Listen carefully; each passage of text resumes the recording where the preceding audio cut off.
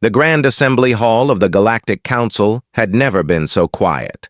Over 200 species filled the massive chamber, their representatives sitting in curved rows that rose toward a ceiling painted with the stars of 1,000 worlds. Some had scales, some had feathers, some were made of living crystal or floating gas. But in this moment, every single one of them stared at the holographic display in the center of the room with the same expression of complete disbelief.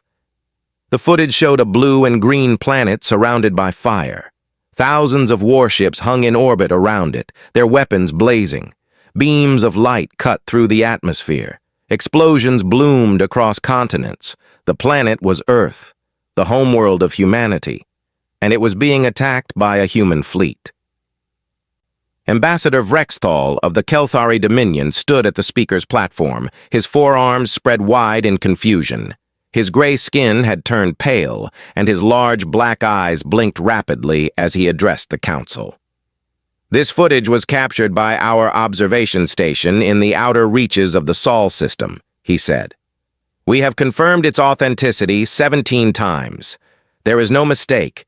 The human species is attacking their own planet with their entire military force. Whispers spread through the chamber like wind through tall grass. The Veloci clicked their mandibles in alarm. The crystalline Nethkai hummed with worried vibrations. The serpentine Draxar coiled tighter in their seats. Counselor Zin Ara, the ancient leader of the Veloci collective, rose from her position at the head of the council. She was old beyond measure. Her exoskeleton faded to a dusty brown, her compound eyes clouded with age. She had seen civilizations rise and fall. She had witnessed wars that burned across entire star systems, but she had never seen anything like this. Explain this madness, she demanded. The humans have been part of galactic society for only 60 years. They are a young species, still learning, still growing. Why would they destroy their own homeworld? Have they gone insane? No one could answer. The council members looked at each other in confusion. Some suspected a civil war. Others thought it might be some kind of training exercise gone wrong. A few whispered that perhaps the humans had simply proven what many had always believed, that they were too violent, too primitive, too dangerous to be trusted among civilized species. Then the doors at the back of the chamber opened, and a single human walked in. Admiral Daniel Carter was tall and broad-shouldered, with gray hair cut short and a face that looked like it had been carved from stone. His uniform was wrinkled and stained. His boots were scuffed. Dark circles hung under his eyes, and there was a fresh cut across his left cheek that had not been properly treated. He looked like a man who had not slept in days, maybe weeks. He walked down the long aisle toward the speaker's platform, and every eye in the chamber followed him. When he reached the center of the room, he stopped and looked up at the holographic image of Earth burning above his head. For a long moment, he said nothing. He simply stared at his dying world with an expression that was impossible to read. Counselor Zin Ara leaned forward. Admiral Carter, you are the human representative to this council. You owe us an explanation. What is happening? Why are your people destroying their own planet?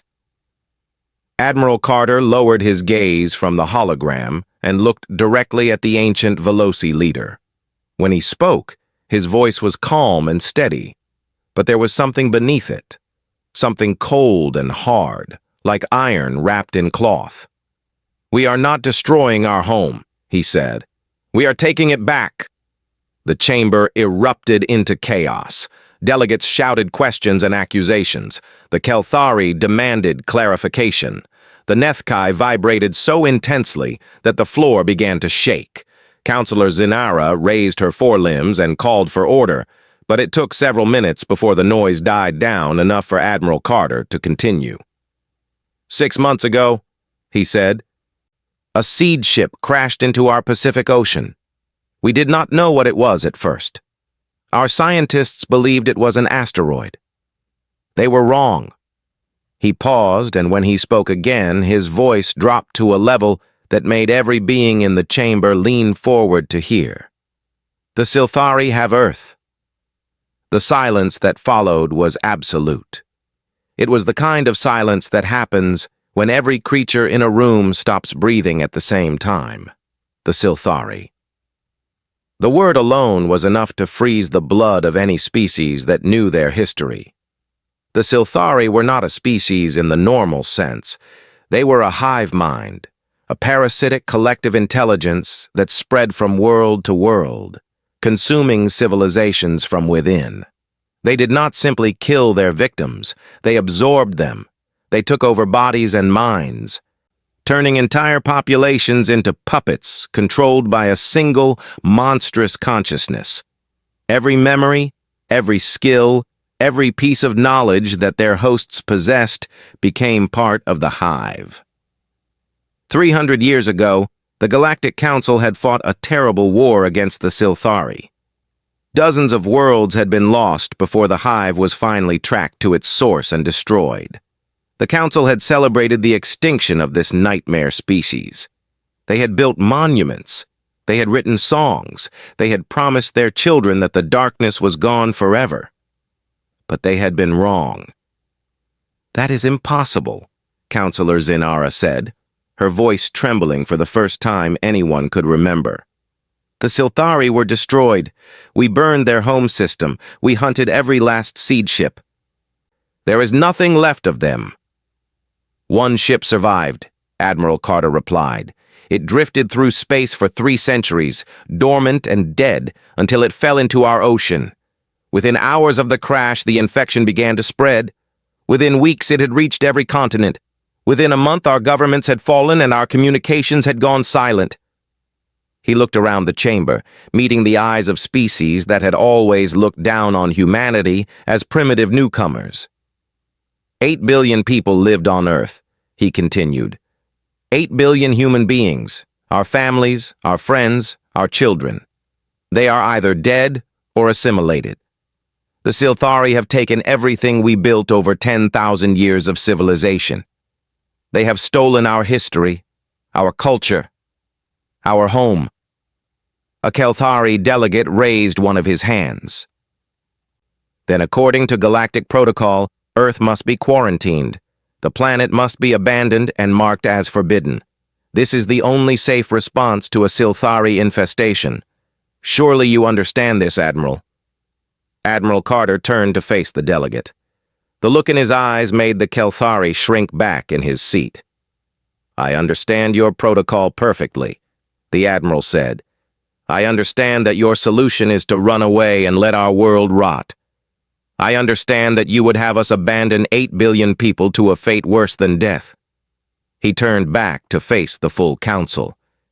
"Humanity will not follow your protocol. We have assembled every ship, every soldier, every weapon we have left. We are going to burn the Silthari out of Earth. We are going to take back our home, and if any of our people can still be saved, we are going to save them." Counselor Zinara stared at him with something that might have been horror or might have been awe. "You would sacrifice your entire species for a world that may already be lost?" Admiral Carter smiled, but there was no warmth in it. "We are not sacrificing anything. We are fighting for what belongs to us. And if we die trying, then at least we die as humans, not as cowards who abandoned their own kind." He turned and walked toward the door, his footsteps echoing in the silent chamber. "Watch our planet," he called back over his shoulder. "Watch what happens when you threaten a human's home. Maybe you will learn something." 6 months before Admiral Carter stood before the Galactic Council, Lieutenant Commander Lisa Morgan was drinking coffee in the observation deck of the Horizon Research Station. The station orbited Mars, and from her window she could see the red planet spinning slowly below. It was a peaceful morning, the kind of morning where nothing seemed wrong with the universe. Her communicator buzzed with an incoming video call. She smiled when she saw the name on the screen.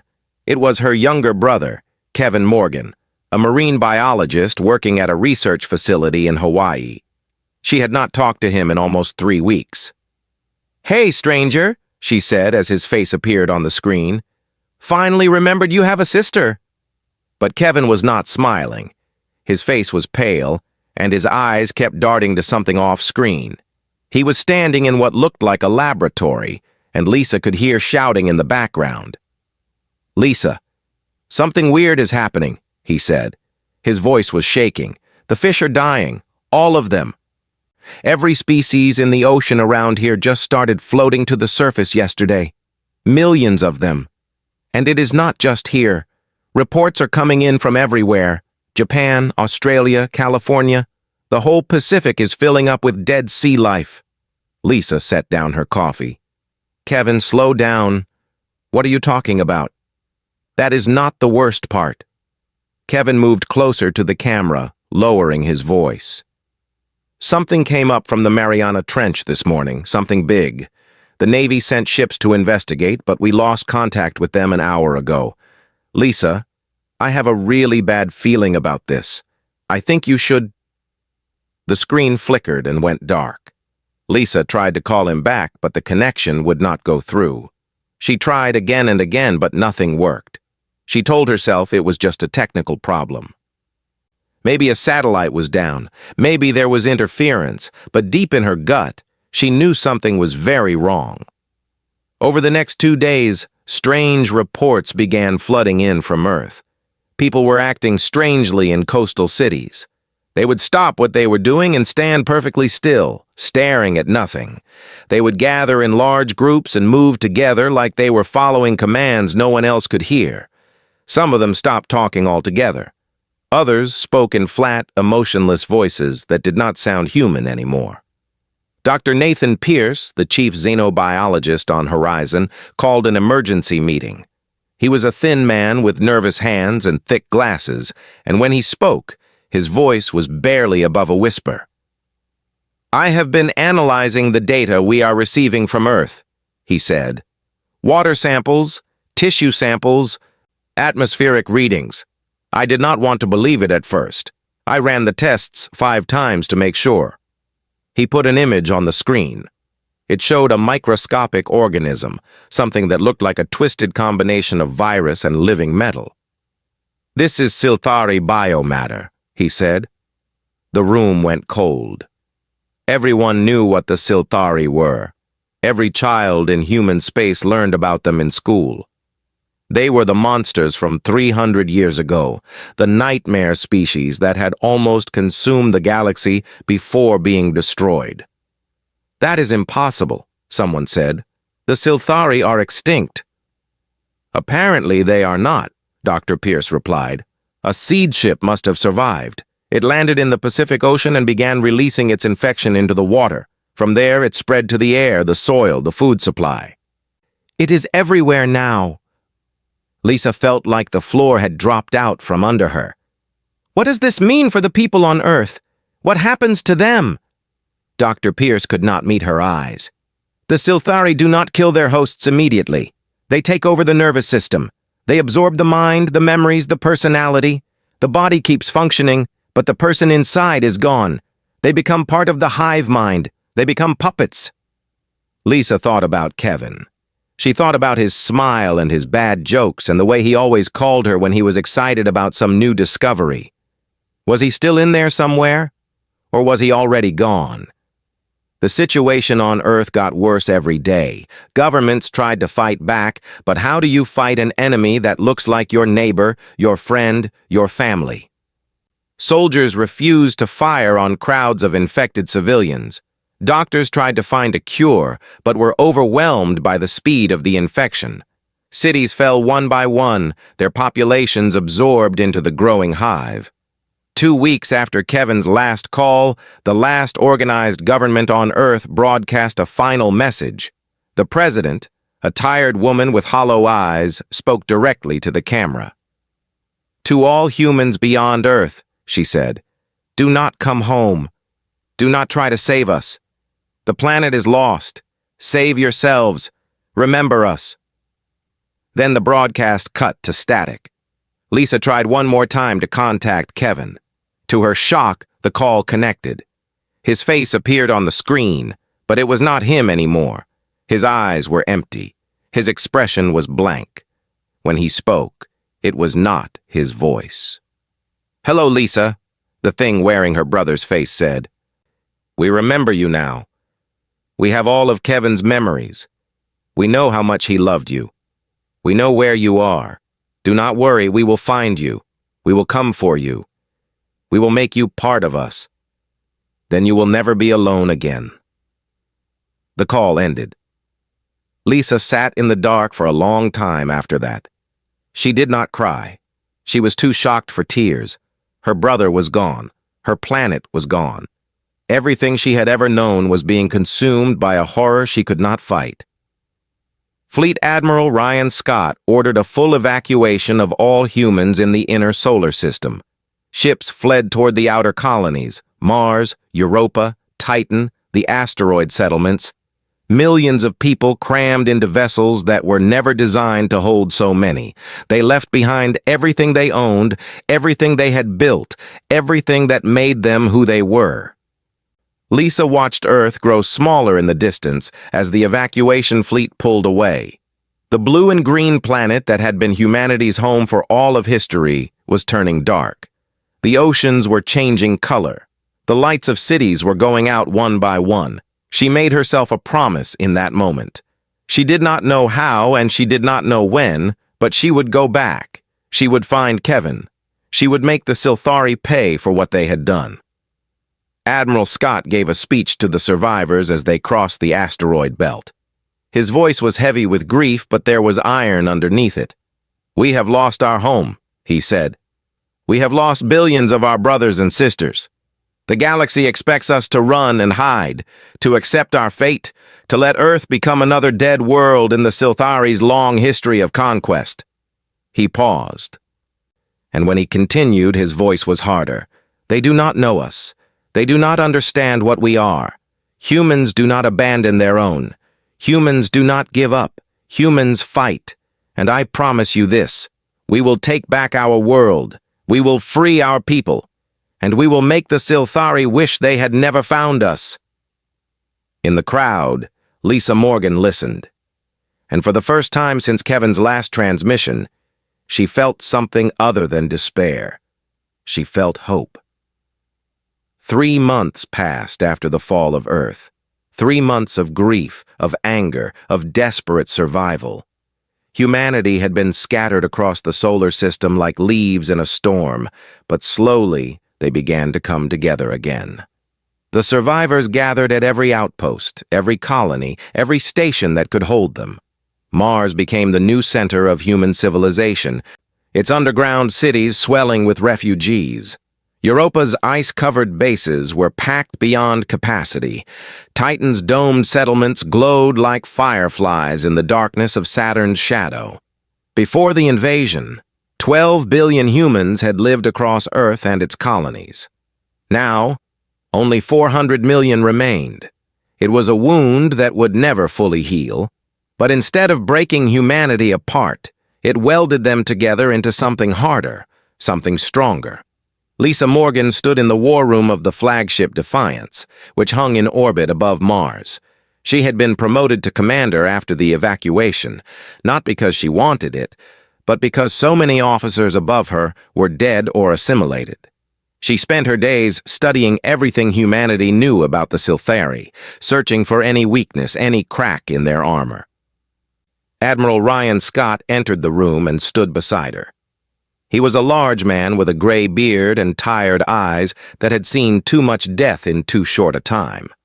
But there was still fire in those eyes, still determination. "You have been working 20 hours a day," he said. "You need to rest." "I will rest when Kevin is free," Lisa replied without looking up from her screens. The Admiral did not argue. He understood. Half the people in the fleet were driven by the same desperate hope, that somewhere on Earth their loved ones were still alive inside the hive mind, waiting to be rescued.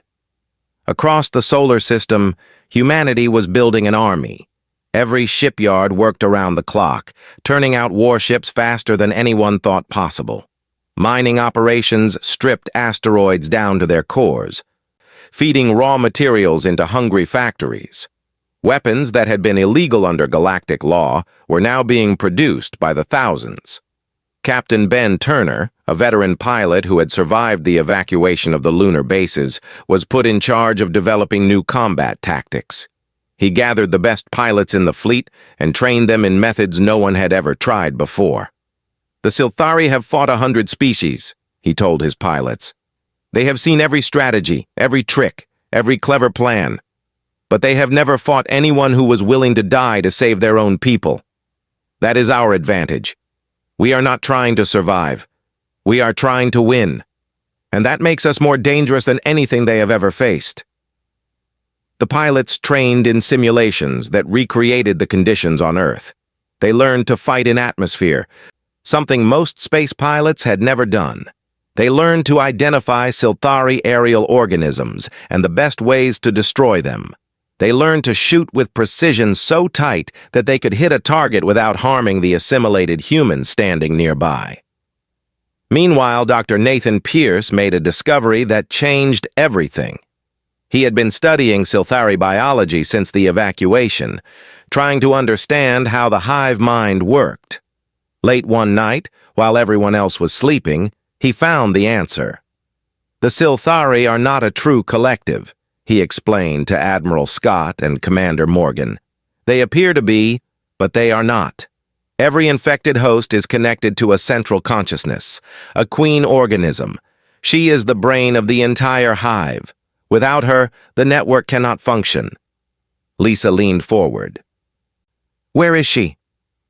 "Based on the patterns of infection and the energy readings we detected before we lost contact with Earth, I believe she is located at the original crash site in the Pacific Ocean. Probably in the Mariana Trench, the deepest part of the ocean." Admiral Scott stroked his beard. "So if we destroy the Queen, the whole hive dies?" "It is more complicated than that," Dr. Pierce said. "If we simply kill the Queen, the shock to the network could kill all the assimilated humans as well. Their nervous systems are completely integrated with the hive. A sudden disconnection might destroy their minds permanently." The room fell silent. The whole point of the mission was to save those people, not kill them. "But," Dr. Pierce continued, "I have been working on something. A neural disruptor. It will not kill the Queen instantly, but it will sever her connection to the network temporarily. The assimilated humans will be disconnected, but gently. Their minds should be able to survive the transition, at least for the ones who were taken recently." Lisa felt her heart beating faster. "Kevin was assimilated in the first week. Is there a chance for him?" Dr. Pierce hesitated. "I do not know for certain. The longer someone is connected to the hive, the more their original personality is absorbed. But there is a chance, a real chance." That was enough for Lisa.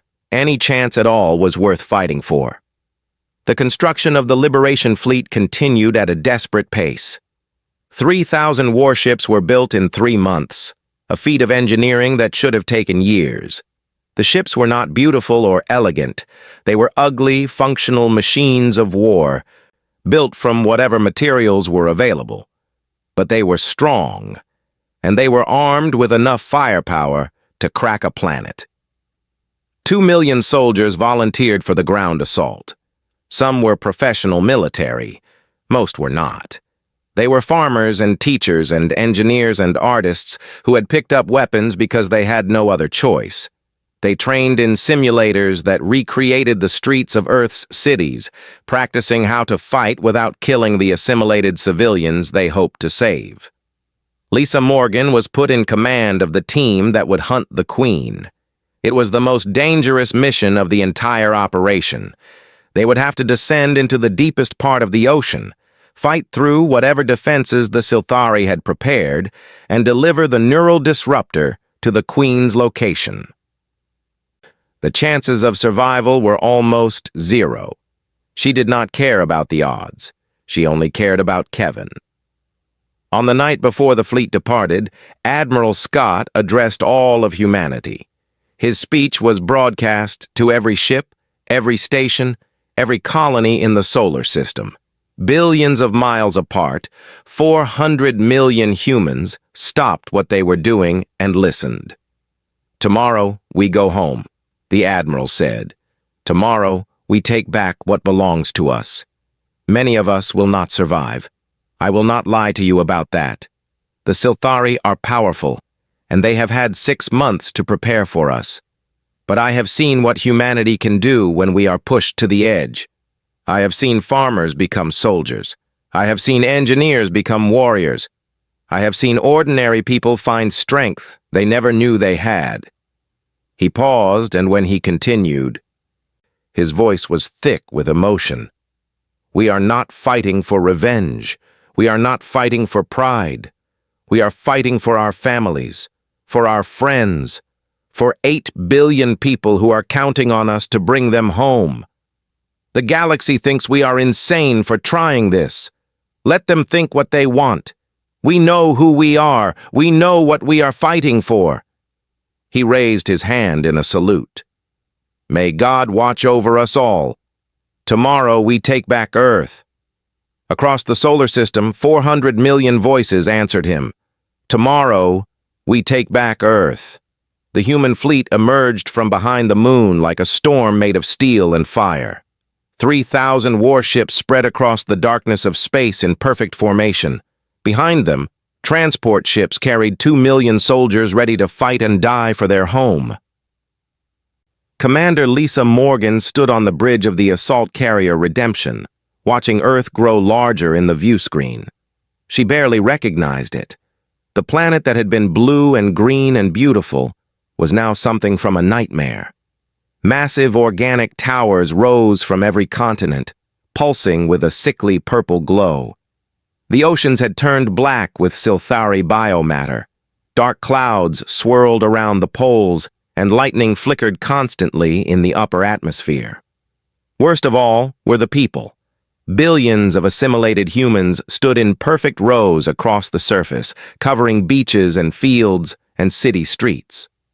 They did not move. They did not speak. They simply stood and stared up at the sky, watching the fleet approach with 8 billion pairs of empty eyes. Then, the Silthari spoke. Every communication channel in the fleet suddenly filled with a single voice, a chorus of billions speaking as one. It used the voices of the assimilated, men and women and children all talking at the same time in perfect unison. "Why do you return, little survivors? You escaped. You were free. You could have lived out your short lives in peace among the stars. But instead, you come back to us. You come back to die." Admiral Scott's response was broadcast to the entire fleet. His voice was calm and steady, like a rock standing against a wave. "We are humanity. We do not abandon our own. We do not surrender our home, and we do not forgive." The battle began. The orbital bombardment came first, targeting the massive organic towers that dotted the surface. Kinetic rounds rained down from space, striking with the force of nuclear explosions. The towers burst apart, spraying black fluid across the landscape. But the fleet was careful, so careful. They could not bomb the cities. They could not bomb anywhere the assimilated humans were gathered. Every shot had to be perfect. Then the atmospheric fighters launched. Captain Ben Turner led the first wave, his fighter screaming through the upper atmosphere with fire trailing from its wings. Behind him came 5,000 pilots, the best humanity had left. They dropped through the clouds and found themselves in a sky filled with monsters. Silthari aerial organisms rose to meet them. Creatures that looked like a cross between jellyfish and birds, their translucent bodies hiding deadly tentacles that could tear a fighter apart. The sky became a chaotic mess of explosions and screaming engines and pilots calling out targets to each other. "Watch your left, Blue 7. I see them, breaking right. There are too many of them. Stay focused. Trust your training." Captain Turner fired his weapons in controlled bursts, never wasting a shot. Each kill was precise and clean. He had practiced this 1,000 times in simulation. Now he was doing it for real. His wingman, Lieutenant Ashley Blake, flew beside him with perfect discipline.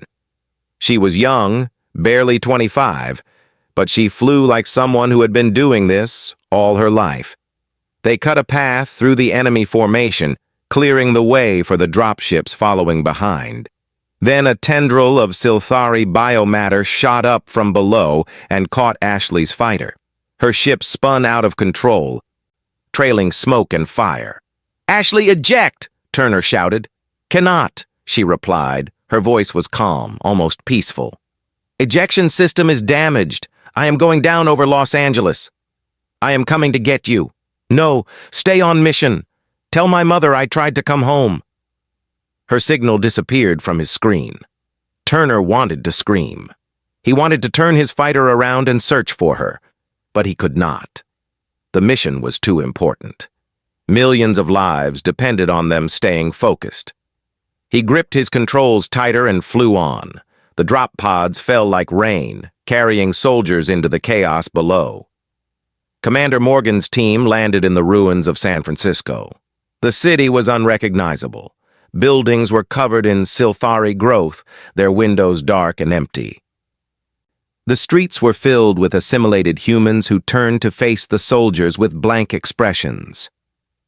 "Remember your training," Lisa told her team through the radio. "Non-lethal weapons only. These are our people. They are not the enemy. The thing controlling them is the enemy."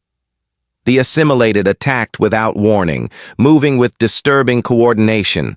They came from every direction, climbing over cars and through windows and up from storm drains. They did not use weapons. They did not need to. They had billions of bodies and a single mind directing them all.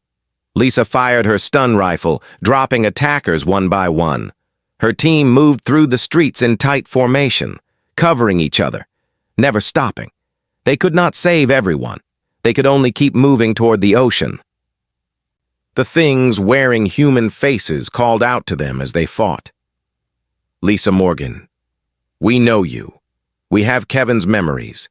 He loved you so much. He still loves you. Come to us. Be with him forever."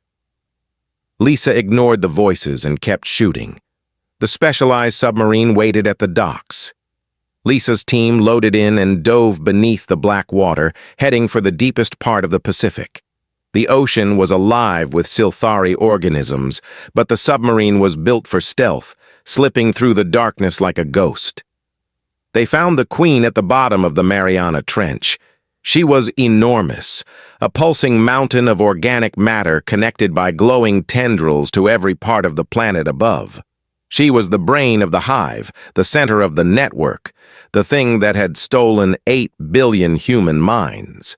And standing guard in front of her, arranged in a protective formation, were thousands of assimilated humans. Lisa saw Kevin among them, her little brother, the marine biologist who loved the ocean, now a puppet standing in the deepest place on Earth. The thing inside him smiled when it saw her. "Hello, sister," it said with Kevin's voice. "You came for him. How touching, how human. But you cannot save him. You cannot destroy us without destroying him. This is your choice, Lisa Morgan. Kill us all or let us live. What will you do?" Lisa's hand moved to the neural disruptor on her belt. Dr. Pierce had promised it would work. He had promised it would free them without killing them. But there were no guarantees. If she was wrong, Kevin would die along with everyone else. She looked at her brother's empty face. She remembered the little boy who used to follow her around, asking questions about everything. She remembered the young man who had called her with such excitement when he got his dream job. She remembered the last transmission when something else had looked out through his eyes. "I am not choosing between saving you and stopping you," Lisa said. "I am going to do both." She activated the disruptor. The Queen screamed. The sound was not physical. It was a psychic blast that hit everyone in range like a hammer. The network shattered. The connection broke. All across Earth, 8 billion people collapsed at the same moment, their minds suddenly their own again. Lisa grabbed her radio with shaking hands. Admiral Scott? The network is down. You have 3 minutes before she reconnects. Fire the kinetic strike now. Above the ocean, the Defiance opened fire. The kinetic rounds fell from orbit like the fist of an angry god. They punched through miles of ocean water and struck the Queen with enough force to crack the floor of the Mariana Trench. The explosion was massive beyond imagination, sending shockwaves rippling across the entire Pacific. Commander Lisa Morgan felt the submarine tumble through the water, thrown like a toy by the force of the blast. Alarms screamed. Lights flickered. Water began leaking through cracks in the hull. But she did not care about any of that. She was looking at Kevin. Her brother lay on the floor of the submarine, unconscious, but breathing. The empty look was gone from his face. His eyes were closed, and his expression was peaceful, like someone in a deep sleep. He was alive. He was free. Around the world, the same scene was happening billions of times over. People woke up in the middle of streets, in fields, on beaches, in places they did not remember walking to. They woke up confused and terrified, with 6 months of their lives missing from their memories. But they woke up as themselves. The Silthery Queen was dead. The hive mind was destroyed. Earth was free. But freedom had come at a terrible cost. The bombardment had triggered earthquakes across the Pacific Rim. Tsunamis raced toward coastlines that were already devastated. The environmental damage was catastrophic.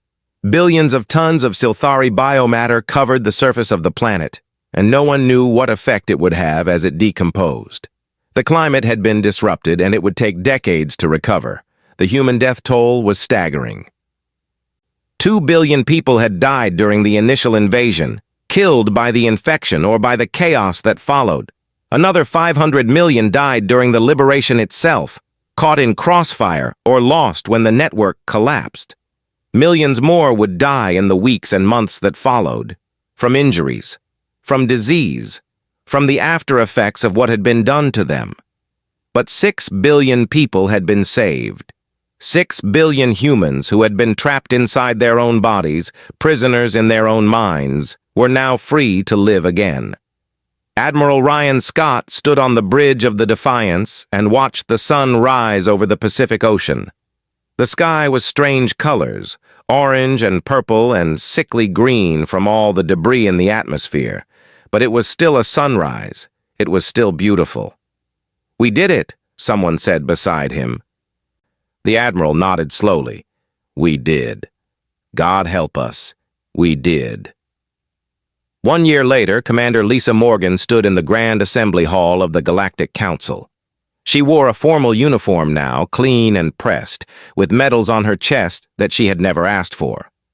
Beside her stood Admiral Scott, and behind them stood hundreds of human delegates representing a species that had shocked the galaxy. The chamber was packed with representatives from every spacefaring civilization.